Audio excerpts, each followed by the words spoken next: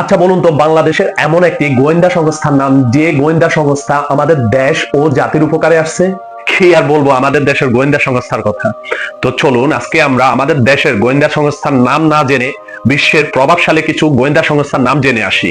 এক নম্বরে রাখি আমাদের পার্শ্ববর্তী দেশ ভারতকে। এখানে খুবই প্রভাবশালী দুইটি গোয়েন্দা সংস্থা রয়েছে। এক নম্বরে রয়েছে র এবং দ্বিতীয় নম্বরে সিবিআই। ভারতের এই এজেন্ট দুইটি আমাদের এশিয়া বা দক্ষিণ এশিয়ার ভিতরে খুবই প্রভাব বিস্তার করতে পেরেছে, বিশেষ করে র এজেন্টটি। দুই নম্বরে আমেরিকা বা যুক্তরাষ্ট্র, সেখানে অনেকগুলো এজেন্ট রয়েছে, বাট খুবই প্রভাবশালী কিছু এজেন্টের নাম হলো, এক নম্বরে রয়েছে এফবিআই, দুই নম্বরে রয়েছে সিআইএ, তিন নম্বরে রয়েছে নাসা, চার নম্বরে রয়েছে আইএনআর, তিন নম্বরে ইসরায়েল।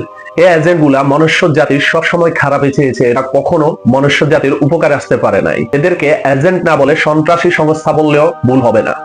আর এই এজেন্ট সংস্থাগুলো হলো মোসাদ এবং আমান।